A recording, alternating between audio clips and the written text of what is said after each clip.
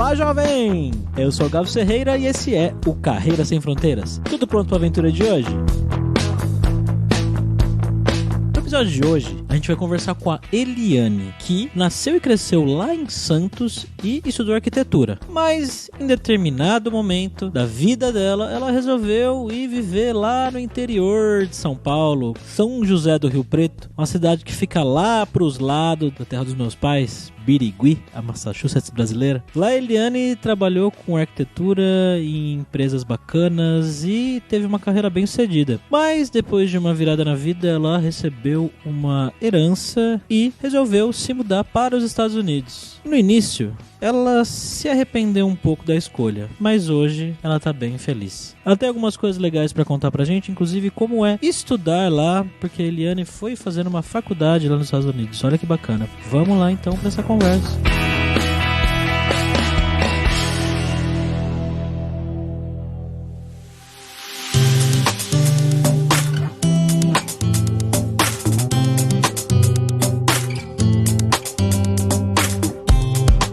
Para essa conversa de hoje, estamos aqui com o nosso amigo viajante poliglota, Fabrício Carraro. Beleza, Fabrício? Opa, tudo bem? Hoje aqui com uma arquiteta.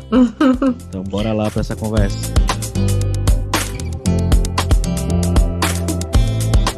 Bom, galera, como sempre aqui só rapidinho o nosso jabazinho inicial, que o Carreira Sem Fronteiras é oferecido pela Alura Língua, cursos online de idiomas, que eu, Fabrício Carraro, ajudei a desenvolver com os métodos que eu utilizei e muitos outros poliglotas também utilizam para aprender idiomas, que eu aprendi como inglês, francês, alemão, russo, polonês, grego e assim por diante. Então vai lá agora mesmo em aluralingua.com.br e comece a estudar com a gente hoje mesmo.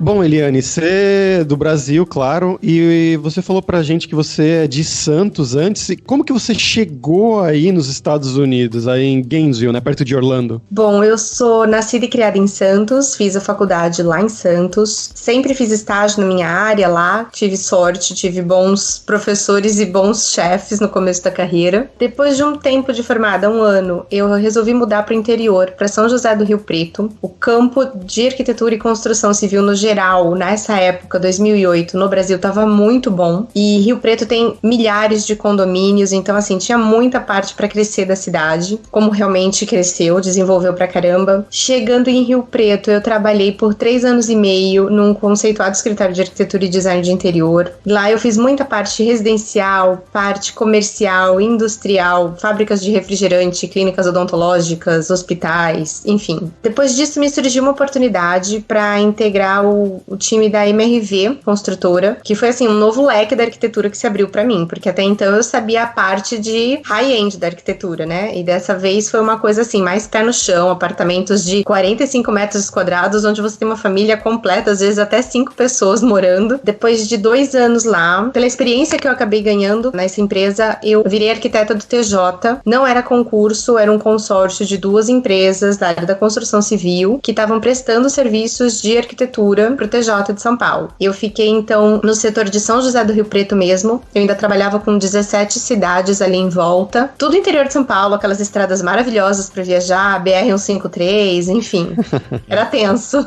Então, depois de um tempo nesse emprego, eu já tava há quase 3 anos. Eu tava bem financeiramente, eu tava bem profissionalmente, estabilizada, com a minha casa, carro, eu tava assim, tudo organizado na minha vida. Mas eu tinha aquele bichinho de morar fora desde sempre, desde pequena, sempre tive vontade, especificamente Estados Unidos, de como é que seria um país tão desenvolvido, uma coisa tão diferente do nosso dia a dia. E eu falei assim, eu vou arriscar agora, porque eu não quero passar o resto da minha vida pensando e se.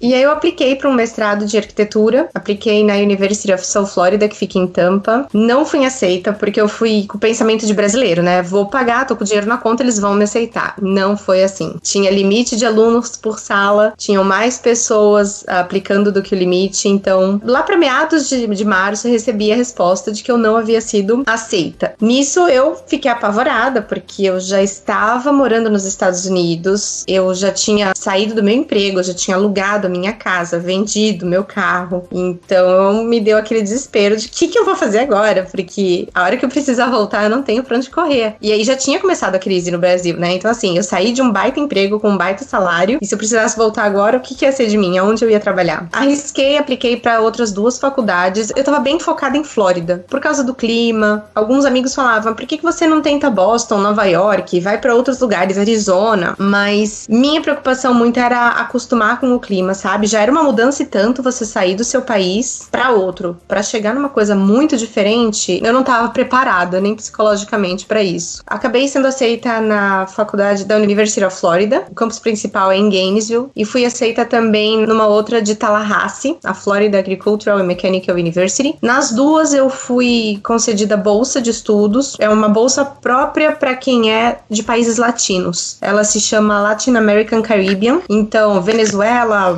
todos os países da América Central para baixo, qualquer estudante pode aplicar e pedir essa bolsa. Só para Flórida, só para Flórida. Mas é muito válido, porque é um desconto imenso. E depois disso, eu vim estudar na University of Florida de Gainesville. Com uma semana de aula, eu conheci uma professora. Ela é uruguaia, mas ela morou mais de 15 anos no Brasil. E ela me falou, olha, eu se fosse você, iria pro campus de Orlando, que eu nem sabia que tinha, porque é bem mal divulgado. É o City Lab Orlando Campus. É o mesmo curso de Gainesville, só que ele é oferecido dentro da cidade de Orlando, porque Gainesville é uma cidade muito pequena, então a possibilidade de você conseguir um estágio é muito menor, ao ponto que Orlando, essa cidade aqui é pura obra, onde você vai tem construção, é uma coisa impressionante. Então, a probabilidade de conseguir estágio aqui era muito maior, e o curso aqui, ele é mais flexível. Em Gainesville, onde eu tive aula por 1 mês e meio, eu tinha aula todos os dias, das 2 às 5. Então, eu tava com 32 anos de idade, tendo aula com pessoas na casa dos 22, 23, que a mentalidade, por incrível que pareça, é completamente diferente. Era aquele ritmo bem universidade, bem faculdade, não era um ritmo de mestrado. Ao ponto que, quando eu transferi para o curso de Orlando, eu tinha aula 3 vezes por semana, e a faculdade aqui já te ajudava a conseguir estágio na sua área, conseguir alguns bons escritórios que fossem onde você pudesse aprender, não só na teoria, mas também na prática, como de fato aconteceu. Então, desde junho de 2018, eu comecei a trabalhar num escritório onde eu tô hoje. Gosto muito do que eu faço, do pessoal. A gente tem aquela visão de que americano é sisudo, é bravo. Eles são tão humanos quanto qualquer um de nós. Então, vai muito da sua receptividade, sabe? Para o que eles têm para te oferecer. E, por incrível que pareça, o escritório que eu trabalho aqui também trabalha com a parte de tribunal de justiça, de prisão. Então, assim,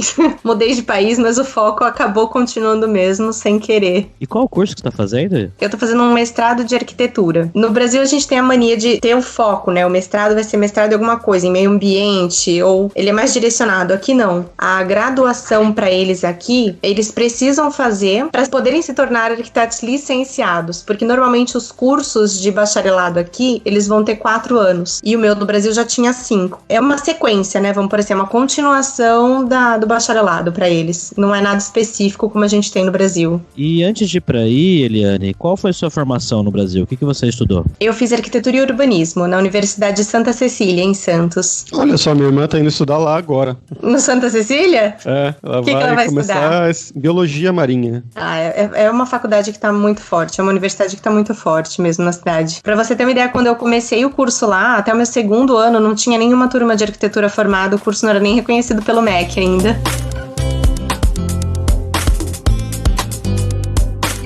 E como é que era o seu inglês quando você foi pra aí, né? Porque imagina pra você estudar ainda mais, fazer um mestrado fora do país, você tem que ter um inglês no nível bem bom, ou não era bem assim? Era macarrônico.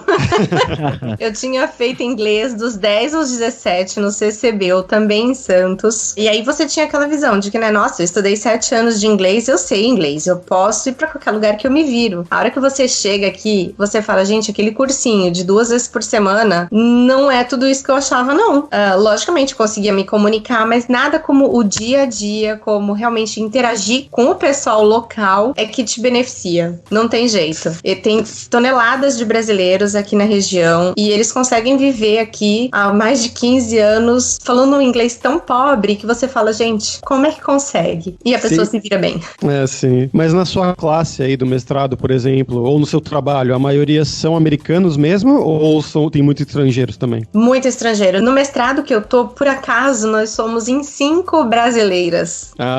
Na falta de uma, tem 5.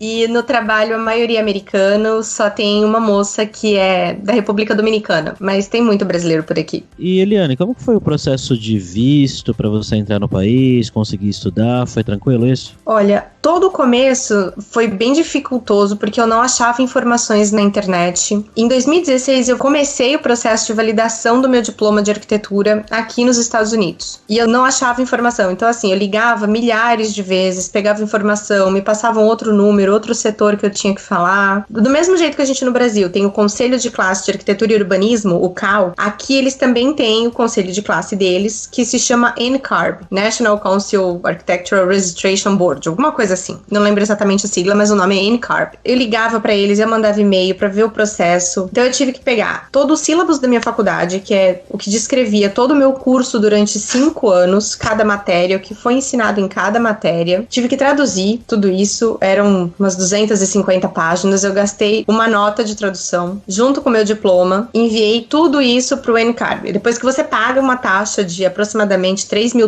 você manda toda essa documentação e eles vão fazer a equivalência. Então, assim, o curso do Brasil equivale ao que aqui, ou para ser equivalente a um bacharelado aqui, o que me faltaria fazer. Depois da análise deles, eles me passaram que eu precisava fazer 3 créditos de práticas profissionais e 3 créditos de inglês. Fiz a prática profissional num curso online, que um grupo de Facebook, uma moça que me ajudou, a moça é da Jordânia, fez o mesmo procedimento aqui, quando ela veio para os Estados Unidos, e fiz a prova de inglês, porque esses 3 créditos de inglês, ou eu fazia um curso de 6 meses, mas aí já não queria, porque eu já tinha começado o mestrado em 2017, e falei, poxa, eu já tô fazendo um mestrado, já tô falando inglês todo momento, eu vou fazer um curso de inglês? Não quero. Troquei por essa prova, fiz a prova, então agora o meu diploma já está validado, então o mesmo bacharel que eu tenho no Brasil já é como se eu tivesse me formado numa faculdade americana. Foi bem tranquilo, mais tranquilo do que muita gente pintava pra mim. E a partir do momento que eu tava com isso validado, eu falei, bom, agora eu vou atrás de emprego. Aí eu me deparei com o seguinte problema. Eu tinha meu diploma validado, mas eu não tinha um visto que me permitia trabalhar. E era muito difícil você conseguir, sem provar o seu trabalho, uma empresa que vá ser o seu sponsor ou que se interesse, né, de alguma forma por te auxiliar com o visto. No mestrado, depois que eu já tava nos primeiros 6 meses de curso, é que eu fiquei sabendo que dali a 6 meses eu poderia trabalhar. E o fato de eu já ter feito a validação do meu diploma me permitiu cortar algumas matérias na faculdade. Então, pelo menos não foi em vão o dinheiro que eu gastei nem o tempo investido. Então, fui atrás da faculdade, perguntei tudo que precisava, eram cartas de recomendação de chefes, de professores, precisava ter o portfólio, e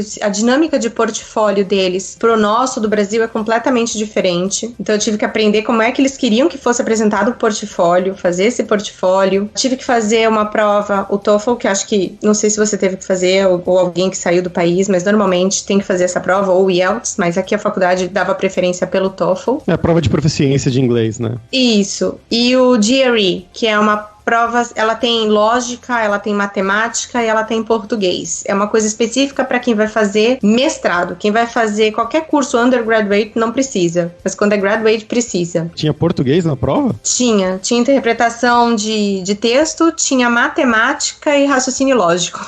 Nossa. Raciocínio ela lógico, foi punk. E ela só tinha em São Paulo, Santos não tinha. O TOEFL não, eu consegui fazer em Santos. E depois disso, saíram os resultados dessas provas. Você tem que pagar uma taxa no próprio site da faculdade, preencher um documento deles, e aí você manda tudo isso pra lá. E aí você fica no suspense até você receber o e-mailzinho falando congratulations. Aí você sorri. Aí com essa carta você assina e manda de volta pra dizer que você, então, aceitou estudar lá. E aí eles vão te pedir o comprovante bancário, né? Por exemplo, eu ganhei a bolsa, mas a bolsa era equivalente a $19.500. O curso inteiro seria $52 mil. Então eu tinha que provar que essa diferença eu tinha pra pagar. Mandei um documento do banco pra eles, pra faculdade, traduzido, né? Não adianta eu mostrar valores em reais e nada em português, porque eles não iam conseguir ler. E aí eles me deram o documento I-20, eles me mandaram por correio, porque aí tem que ser original, obviamente, pra poder ir no consulado. Eu tinha o visto F2, porque meu marido era o estudante estudante e eu já tinha visto de turista, então eu não precisei fazer o passaporte, eu só precisei preencher a DS-160, agendar a entrevista e ir no visto. Foi fácil até. Eu acho fantástico como todo mundo que você fala que tá nos Estados Unidos sabe todos os vistos, assim, nome F2, O1, H3. É uma coisa que faz tão parte da nossa realidade. E eu tava com medo do visto, porque era uma época que tinha muito visto sendo negado, né? Tinha acabado de mudar a administração, tinha saído o Obama, tinha entrado o Trump, então tava aquela coisa, ele não quer imigrantes, ele vai barrar todo mundo. E foi o visto mais simples que eu já tirei na vida. Porque assim, os outros eles sempre perguntavam alguma coisinha, nunca foram chatos, mas questionadores. E dessa vez foi muito simples, era uma moça, cheguei no consulado de São Paulo, na minha vez ela só perguntou, põe os dedos, né, pra fazer digital, você vai fazer um mestrado, né? Eu só respondi, sim. Na Universidade da Flórida, né? Sim. Você tem uma bolsa, né? Tenho. A diferença é que você vai pagar com recurso próprio? Sim. Visto aprovado. Não foram 3 minutos de entrevista. Que isso é um sonho para a maioria dos brasileiros, né? Nem eu esperava que ia ser assim tão fácil. Eu ainda perguntei pra ela, falei, você não quer ver o documento bancário? Ela, não. Eu, E aí depois foi literalmente arrumar as malas e voltar.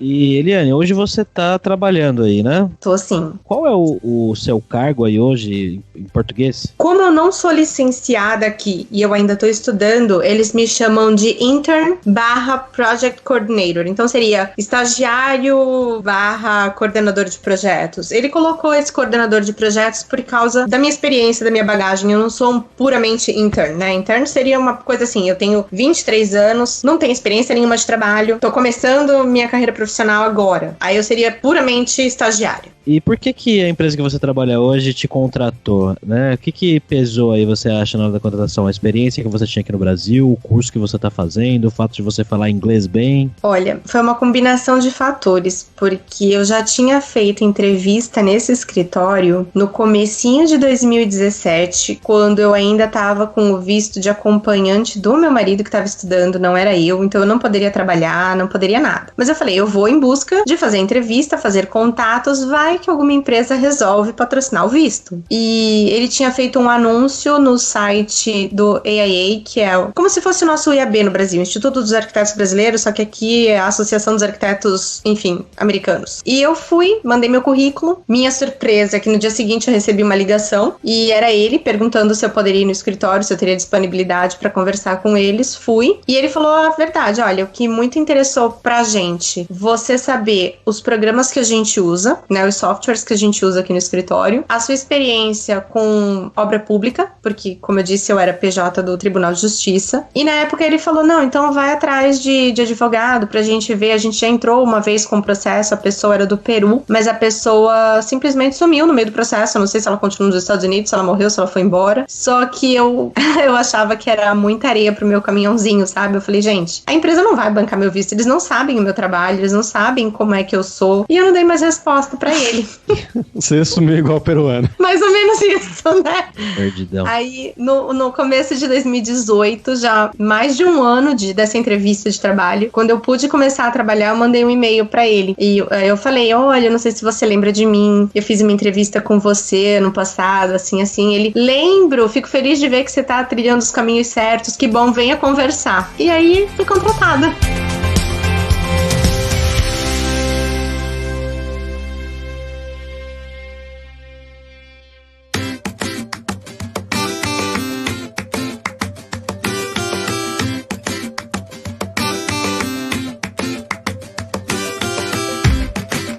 E conta pra gente como é que foi essa diferença no dia a dia de trabalho em comparação com o Brasil, com o trabalho aí com americanos e com as burocracias americanas, se é muito diferente ou não? Não. Os americanos em si, como pessoa, eles são muito tranquilos. Quando você tá no Brasil, você tem aquela visão de que o americano é frio, que aqui tudo gira em torno de dinheiro. E a hora que você tá aqui inserida na cultura deles, você vê que não. Eles só são mais reservados, realmente. Isso eles são. Mas isso não quer dizer que eles gostam menos menos de você ou que eles te respeitam menos. Pelo contrário, eu me sinto super valorizada, tanto na faculdade quanto no trabalho, principalmente no meu trabalho, me sinto extremamente valorizada. Eles são gratos por qualquer mínima coisa que você faça, sabe? É muito interessante isso. A dinâmica deles aqui é um pouquinho diferente dos escritórios que eu já trabalhei, onde a gente tinha horário pra entrar, horário de almoço, horário pra sair. Eles aqui são mais aquele sistema. Você tem que fazer, faça o que você tem que fazer. Se você vai poder chegar ao meio-dia e sair às 2 e vai fazer o que você tem que fazer, não me importa. Olha, bacana.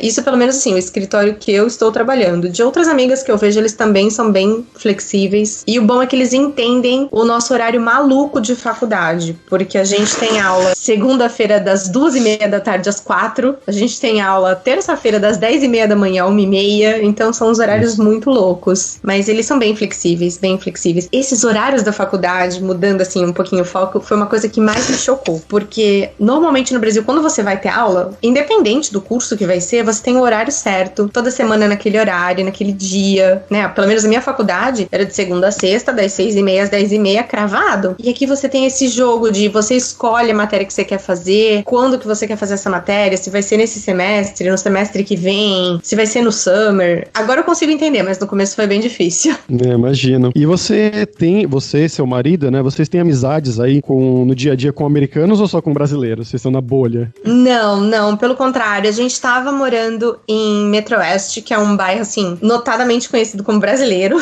Porque só tem brasileiro lá. Mas aconteceu uma situação super chata com a gente lá, que eu nunca passei por isso no Brasil e vim passar aqui. E a gente acabou mudando de lá. O meu marido, ele tinha uma moto, uma CBR 1000. Ele sempre gostou de moto esportiva, moto grande. A gente sempre teve no Brasil. Enfim, viajava pra São Paulo, pra Santos, Sorocaba, São Carlos de moto e nunca aconteceu nada. E aqui, o país que a gente acha que, né, segurança 100%, as leis funcionam. A moto foi roubada da frente do nosso apartamento, no meio da noite. No dia seguinte, acordei e tava a capa no chão e sem a moto. Foi um choque. E aí a gente brasileiro, acabou... né? Fui sair pra isso. Não é? Foi uma coisa assim, terrível. Aí a gente acabou mudando pra Maitland. A gente tá 15 minutos do centro de Orlando, que é onde eu estudo. Eu tô a menos de 5 minutos do meu trabalho. Então, a localização tá muito melhor pra gente. E aqui é 95% americano. É bom até pra gente praticar o inglês quando a gente vai passear com a cachorra nos lagos aqui em volta. Os americanos são muito educados. Eles passam, eles te dão um bom dia. Eles falam com o seu cachorro. É uma coisa muito engraçada.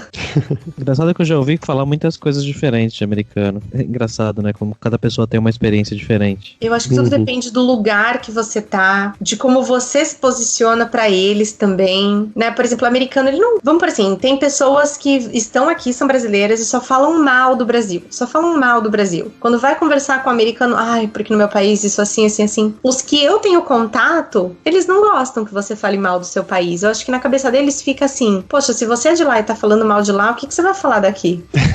É engraçado. Faz sentido, né? É engraçado. Американская фирма Transceptor Technology приступила к производству компьютеров «Персональный спутник».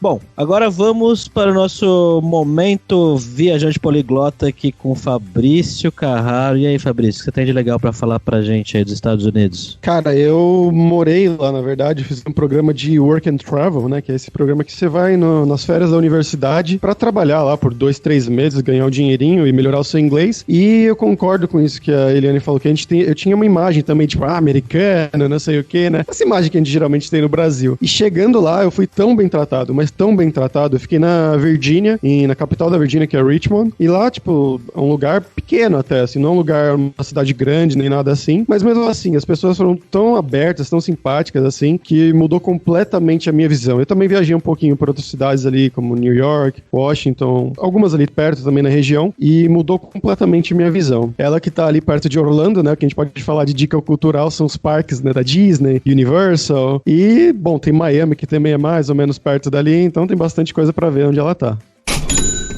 Bom, Eliane, agora vamos falar sobre dinheiro, né? Você falou pra gente aí que quando você morou aqui no Brasil, você morava lá no interior, né? Lá em Rio Preto, você tinha uma vida boa, você tinha a vida financeiramente estável. Uhum. E essa mudança daqui pra aí, como é que tá essa questão hoje? Você, hoje em dia, claro que, né, eu sempre falo pra todos os convidados aqui, a gente não quer que você fale quanto você ganha, mas com relação à vida que você tinha aqui, a vida que você tem hoje, você tá melhor, você tá pior, valeu a pena a questão financeira pra você? Talvez Mas eu posso te falar que hoje tá legal, porque hoje eu tenho meu salário em dólar, né? Porque o meu gasto aqui é em dólar, o aluguel é dólar, o celular é dólar, tudo você vai gastar em dólar. Então, se hoje eu tivesse que sobreviver trazendo dinheiro do Brasil, tava bem apertado, porque o dólar tá muito flutuante, né? No final do ano passado tava extremamente alto, enfim. Mas eu tenho alguns imóveis de aluguel no Brasil, então isso me gera uma renda lá que eu posso trazer quando eu preciso. E bom, eu tava preparada financeiramente para vir para cá, porque o meu pai tinha falecido, eu tinha recebido um valor de herança, então eu já tinha um valor separado para vir, mas eu consigo me manter um pouco com esse dinheiro do Brasil e com o que eu recebo aqui do meu trabalho, que é, vamos por assim, eu recebo uma média de $25 a hora, até que é legal, só que eu não posso trabalhar mais do que 20 horas por semana, então é isso que acaba estragando um pouquinho. Mas a vantagem, ano que vem, espero em Deus, se a economia aqui continua boa, se esse governo se acertar com essa questão do muro, porque a gente tá há 30 dias do shutdown do governo, que seria greve, né? Os funcionários do governo não estão recebendo salário, não é bem greve, eles não estão recebendo, então eu não sei muito bem essa coisa da economia que ainda tá meio flutuando, mas ano que vem eu vou ter permissão de trabalho full time, então aí vai dar pra recuperar bastante do dinheiro investido na faculdade. É ano que vem que você termina o mestrado? Não, eu termino em dezembro agora de 2019 e no ano de 2020 eu vou ter um ano inteiro de OPT. Isso é uma coisa que ainda tá sendo conversado com a faculdade, porque na maioria das outras faculdades o curso de arquitetura ele já é considerado um curso STEM e o curso STEM te dá direito a 3 anos de OPT e não 1. Então, O que é o OPT? é o Optical Practical Training. É um visto que te permite só trabalhar. Você não precisa mais estudar, mas aí você pode trabalhar quantas horas você quiser naquela área que você se formou. Eu também não posso, ano que vem, eu vou virar Uber, eu vou fazer bolo pra fora. Não, esquece. Tem que ser na sua área, mas é uma possibilidade muito boa. Se forem 3 anos ainda, então tá perfeito. Okay, Houston, we've had a problem here. Houston, we've had a problem. Bom, Eliane, agora é a hora do perrengue, que é aquela hora feliz, alegre, que você conta algumas gafes ou histórias engraçadas que aconteceram, porque isso eu imagino que não falte pra brasileiro quando vai morar fora, né? Gente, toneladas. É uma coisa hilária. Mas assim, é que tem uma situação que foi a mais engraçada, só que tem uma palavra feia, então eu não sei se eu posso falar. Não, pode falar, depois a gente põe um pi por cima, se for muito Tá bom. Estávamos nós, no final de abril do ano passado, fazendo a apresentação dos trabalhos da matéria de estúdio, que é uma matéria de projeto, onde você desenvolve o projeto para banca de professores lá em Gainesville. Uma colega nossa, de verdade, não fui eu, não teria problema de falar que se fosse, porque eu já cometi erros aqui. E ela estava explicando o projeto dela, a gente estava estudando a respeito de Porto Rico, porque tinha acabado de acontecer o furacão, tinha questão de 5, 6 meses que tinha acontecido o furacão. E essa minha amiga estava explicando o projeto dela, o conceito. Ela falou, olha, é uma região montanhosa e aqui em cima eu vou criar uma área, um dique grande, uma área, né? Só que ela usou essa palavra que a gente fala em português, porque um dique é um dique, né? Você tem uma área de água, etc. E ela usou esse termo. Ela falou, I'm gonna put a huge dick here on the top of the hill. Gente, na hora a gente não caiu a ficha, mas depois da apresentação, o que a gente chorava de rir. Mas os professores acho que estão acostumados com esses erros. Sim. Pra quem não sabe aí da audiência, um dick em inglês é um pênis, né? Um pinto. Foi hilário, foi hilário.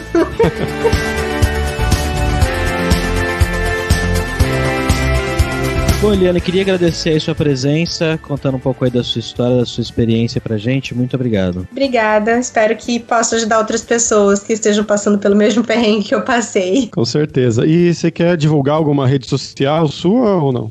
Eu tenho só o Facebook mesmo, mas é mais pra família. Eu não tenho nada de trabalho divulgado, então se alguém precisar, é mais o Facebook mesmo, Instagram. E qual que é o seu Instagram? Eli Sanzoni, Sanzoni com Z, Sanzone.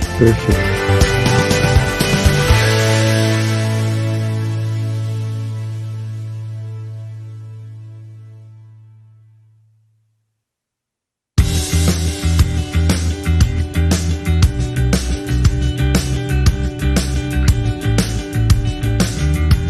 pessoal, por hoje é isso. Muito obrigado, como sempre, pela sua audiência. E entre no nosso grupo no Facebook, o Carreiras Sem Fronteiras, para você ter mais dicas sobre empregos, mercado de trabalho no exterior, tecnologia e também sobre a língua inglesa ou algum outro idioma. E não deixa de conhecer a Alura Língua para você reforçar o seu inglês e dar aquela força tanto no seu currículo quanto na sua vida profissional e não passar os mesmos perrengues que a Eliane passou quando ela foi para fora sem falar o inglês tão bem assim, como ela citou no episódio. Então vai lá em aluralingua.com.br e começa a estudar inglês com a gente hoje mesmo. Além, é claro, também da alura.com.br, que tem mais de 800 cursos de tecnologia nas áreas de programação, marketing, design, business, liderança, produtividade, inclusive cursos de como você criar o seu currículo para você mandar para o exterior, então com certeza vai ter o curso para você lá. Então, pessoal, até a próxima quarta-feira com uma nova aventura em um novo país. Tchau, tchau.